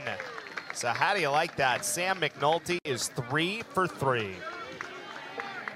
Sam McNulty's doing his job. Has played a great shortstop today with a lot of chances in the infield, and 3 for 3 at the plate here. And we keep talking about this top of the lineup for the Eagles coming up to the plate with runners on and not being able to do anything. And now the man in the box, Barry Walsh, who's 0 for 3 today, try to extend this inning and give a chance for maybe the tying run to come to the plate. So McNulty off first, and Walsh swings to the first pitch and is through strike 1. If you can bring Leary up next with 2 men on, suddenly you're thinking, okay, Eagles have something going here, but so often they've gotten to this point in the inning and not been able to do anything else.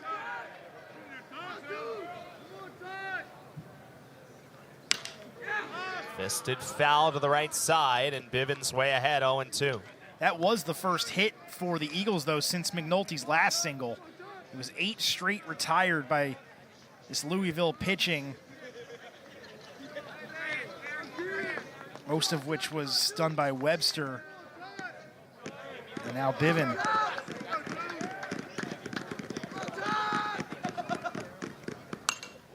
High fastball. Walsh does a good job to fight it off.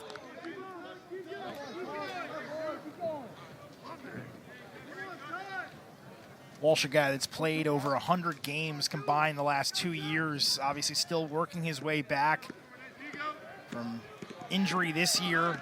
I get every part of his timing down still. That gets through the legs of Napleton, and McNulty's in scoring position. Not quite the same magnitude as it had when it was just 1-0, but obviously any runners moving into scoring position for the Eagles is a good thing. It just squeaks through the 5-hole there of Napleton, and trotting down to second goes McNulty.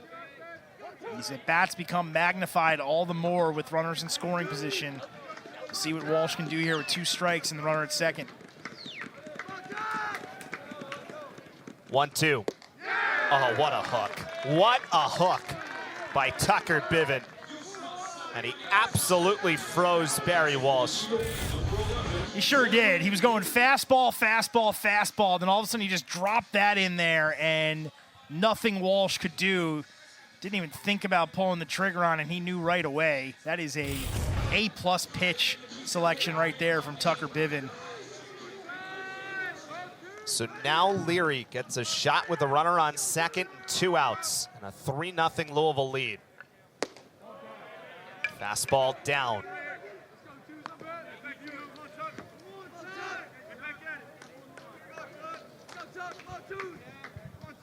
Webster handled Leary today without much issue.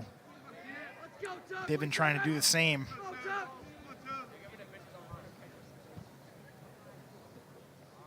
1-0. This down and outside. 2 balls and no strikes.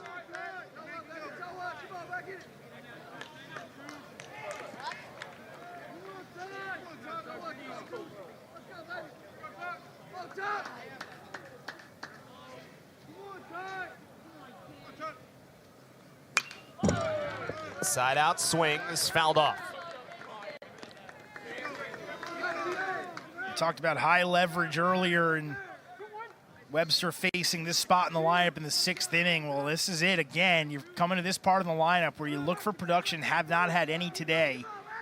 2 outs in the inning. What can Leary do to extend the inning somehow, whether it brings in a run or not? Went to the breaking ball. It was too far inside.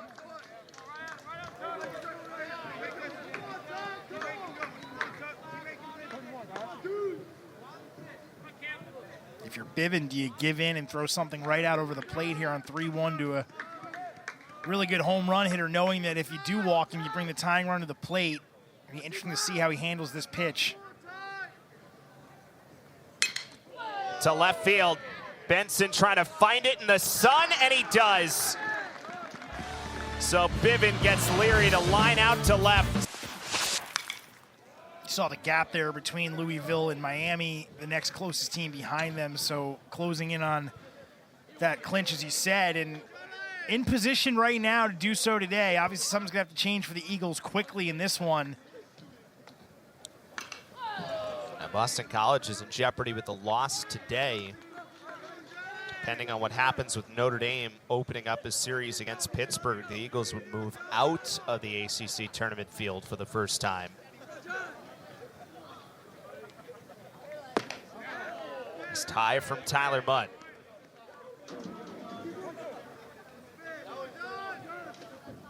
Benson's had a nice day, couple singles. So grounded out a couple times. One time on a really nice play McNulty made throwing to third.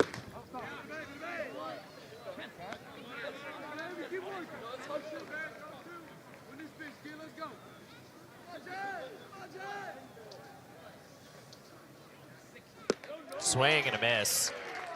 Good off-speed pitch from Mudd. That was a nasty sequence there from Mudd. Gets the 2-strike count. Spoils a couple pitches, but watch this one. Just drops off the table, and Benson could not even get a piece of it. And a good out to start the inning now, and now you go lefty-lefty if you're Mudd on Hoy. Third baseman takes down, 1 ball and no strikes.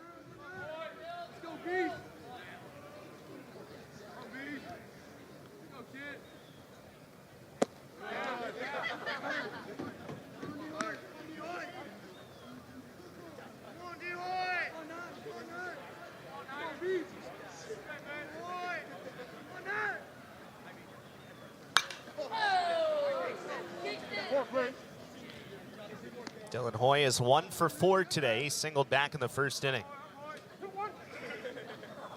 Yeah, Benson and Hoy got this game started quickly, and you felt like Louisville might put another 5 spot on the board in the 1st inning like they did last night, but after that, it was nothing. And Hoy, since then, has been held hitless, 0 for his last 3.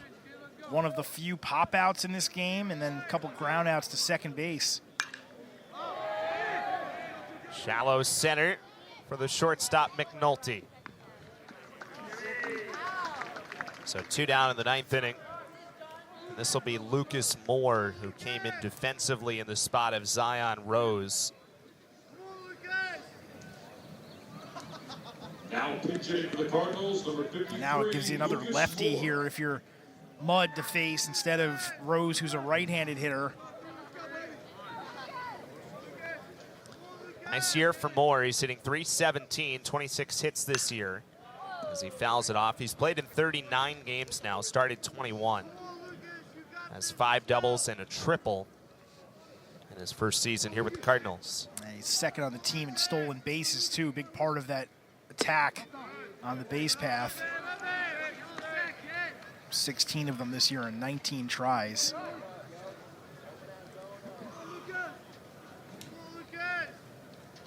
Shows bunt with 2 outs and takes a big hook for strike 2.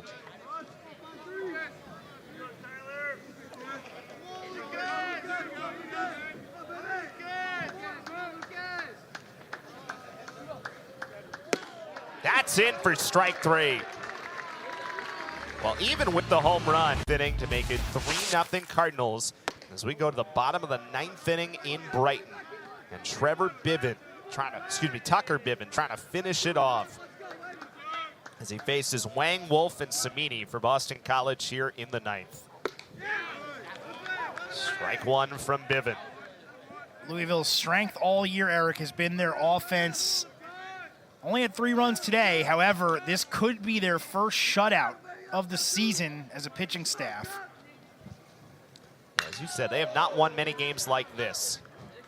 Wang to center, and that is out number 1. This top middle part of the lineup for the Eagles continues to struggle. Wang walked in the first, otherwise 0 for 3 afterwards. Wolf coming to the plate now is hit by the pitch in the 4th, but foul out to right field and a strikeout otherwise, and obviously they need to get something going quickly. Ooh, that Wolf is just a magnet. I think that one hit his elbow guard, because the first one we heard a big thud hit his shin guard. Heard the same thud now, and you can more visibly see it hit the elbow protector this time. Let's see if that's indeed where it got him. Yep, looks like right off the part that starts to go up onto the arm a little bit. Still doesn't feel good, No. as you can see his grimace, but he'll take the walk down, and again, this happens a lot for him. That's the 20th time this year he's been hit by a pitch. Tops in the ACC. So while they check on Wolf, just to put this in context, so of Louisville's 27 wins this year, their fewest runs scored in a win is 5. It was a 5-2 victory over Florida State back on March 29th.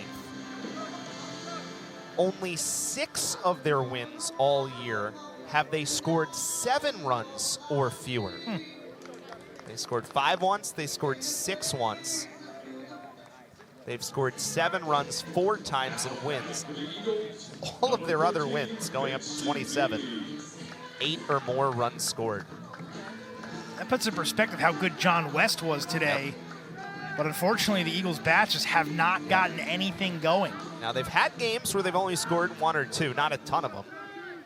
But they have not won games this way. This would be a first, and as you said, a first potential shutout. Still 2 more outs to get, but sort of the history of this game, there's been so many innings where in fact, all 9 innings, Louisville pitching has gotten the first out of the inning. But again, as we've seen in a lot of the other innings, after getting the first out, the Eagles get somebody on. They just haven't done anything with it yet. Samini clips it foul. It's 0-2 from Bivin.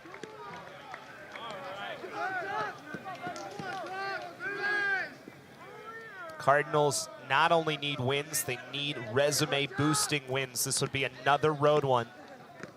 And it would be 2 wins to start this 7-game road trip. Crucial road trip for the Cardinals. 0-2. Samini up the middle and through. And the Eagles showing some fight here in the 9th inning. First and second and 1 out. And the tying run is at the plate in Parker Landwehr. It's the first time this game the Eagles have strung back-to-back batters that have reached base. They did have 2 hits in the 5th, but there was an out separating the 2 of them, and it just feels a little bit more legitimate when there's only 1 out in the inning. However, there's no more time to waste here, no more outs to give, so pretty clear there's going to be, I'd say, no bunting situation here. You told me before the game, you never say never, but with 1 out in the 9th inning, I think Landwehr's going to be swinging away here, and the Eagles have some life with 2 men on. He's hit it hard a couple of times. He's 0 for 3 today, and Parker takes high. 1 ball and no strikes. Landwehr came in with hits in 6 games in a row. Hitting .383, going back even farther since March 29th. 1 ball and no strikes to the Eagles catcher. And he takes low. Now you probably got to let him throw a strike. I would assume so. No real sign being given to the batter down the 3rd baseline right now, and I assume that predetermined coming in here maybe to let a strike be thrown, especially if you get to a 2-ball count, though. Wolf and Samini are the base runners. 2-0 is popped up to the right side, infield fly called for out number 2.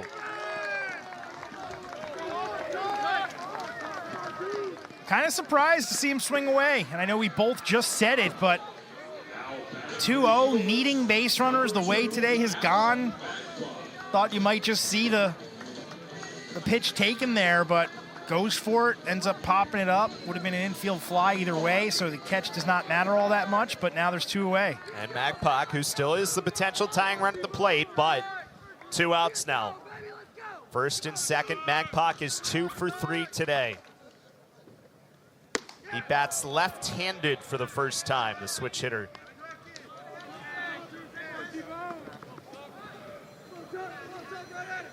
Third baseman Dylan Hoy playing on the line, so there is a lot of room on that left side for Magpok. 1-0, and that's a strike.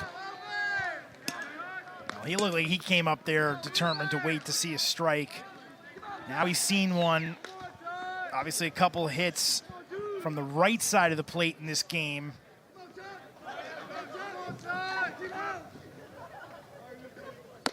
Takes high.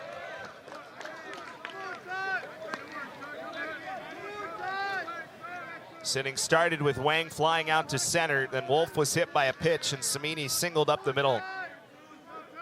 Landwehr popped out, and now it's the freshman Magpok.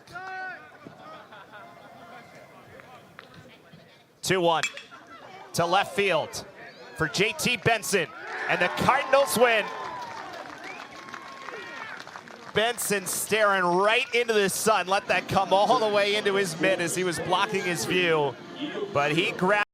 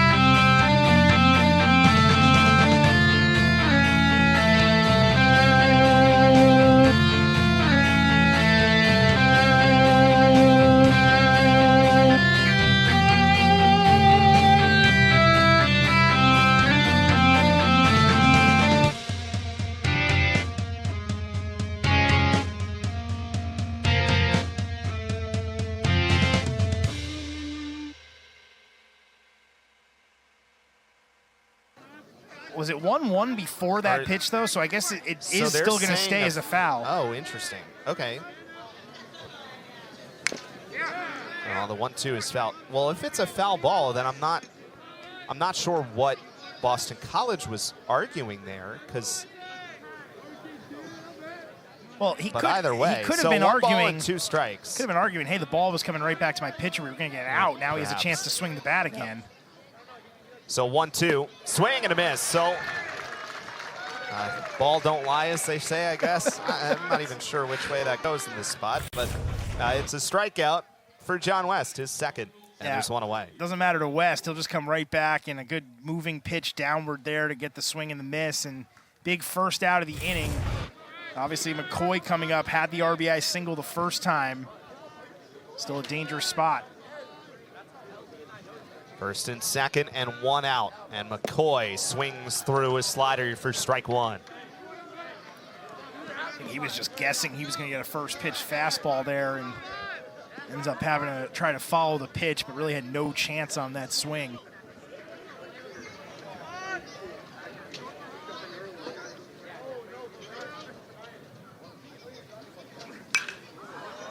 Fouled off to the left side, out of play.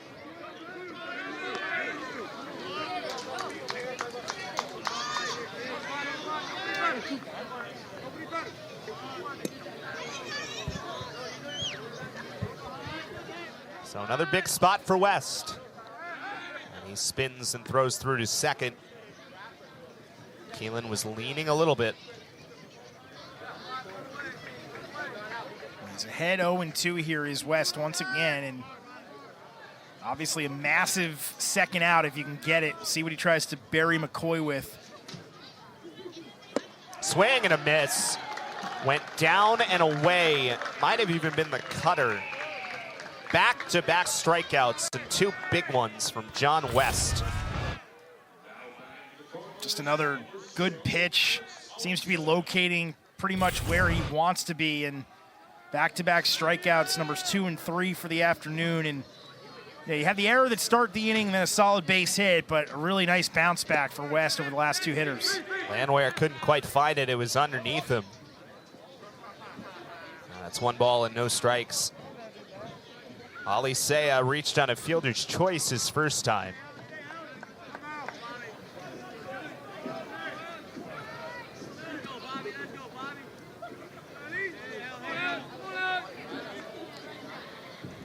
It has been ground ball central for John West. Either strikeouts or groundouts have been all of his recorded outs so far today. No surprise we mentioned it, top 10 of the ACC in ground ball rate.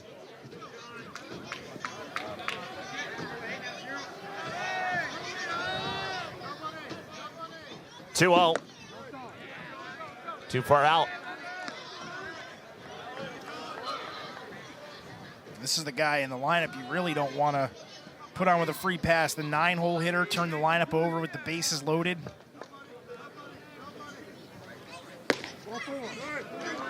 So he does walk him on 3-0. And that brings up the top of the order in J.T. Benson. Now batting for the Cardinals, number 13, J.T. Benson. Benson started this afternoon with a solid single to left, eventually stranded at third base. Louisville started with back-to-back hits. See if he can't pick up another one here, drive in some runs. First one missed up and in. So Keelan Napleton and Ali Saya are the base runners for the Cardinals in a game that is still only 1-0. But West has lost the strike zone all of a sudden. That is 6 in a row that have missed the zone for John West. Yeah, right on the back of 2 strikeouts in a row as well. Well, interesting to see him lose command at the exact point he did. Swing and a miss. Interesting. Benson goes after a 2-0 pitch, just as we said, as we talked about, after 6 in a row out of the zone. Yeah, if I were him, I would have probably taken until I saw a strike. Now 2-1, still a good hitter's count.